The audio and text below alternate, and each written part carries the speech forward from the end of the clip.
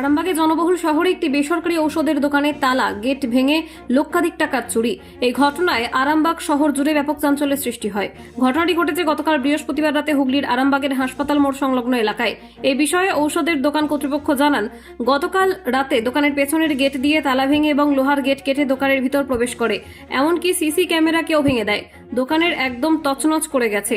দোকানে টাকার বাক্স ভেঙে লক্ষাধিক টাকারও বেশি চুরি করে নিয়ে যায়। এই বিষয়ে আমরা আরামবাগ থানায় লিখিত অভিযোগ দিয়েছি। এই বিষয়ে কি জানাচ্ছেন বিস্তারিত দেখুন। বেলা 10:30টায় দোকান বন্ধ করে দিয়েছি।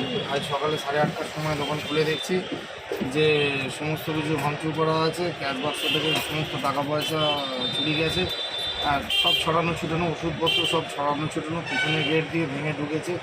সিসিটিভিগুলোকে সব মুখ বুঝিয়ে সব ভেঙে দিয়েছে। হ্যাঁ, সিসিটিভি সব ভাঙা।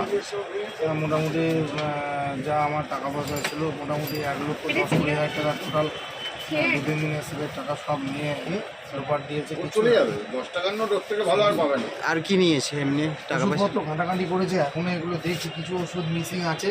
হ্যাঁ, হয়তো এদিক ওদিক হয়ে আছে।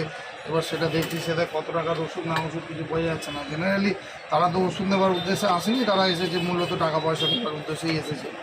হ্যাঁ, তা ওষুধ কি কিছু কেমন ওষুধ শর্ট আছে এখনও খুঁজে পাচ্ছি না, তবে আমার মনে হয় না খুব বেশি ওষুধ তারা নিয়ে যেতে পেরেছে। টাকা পয়সাটাই তাদের মূল লক্ষ্য ছিল। আজকে সকালে এসে দেখতে আজ সকালবেলা 1:30টার সময় দোকান খুলেছি।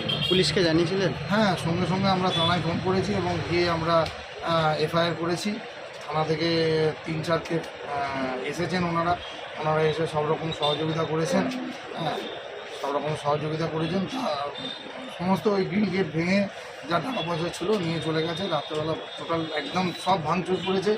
হ্যাঁ, পিছনের গেট কোলাপসেবল এবং কি কাঠের বড় গেট, কাঠের খিল সব ভেঙে তছনছ চলে গেছে। আপনার পরিচয়? আমার নাম রাজকুমার দত্ত, তারকনাথ ফার্মেসি পাটনা।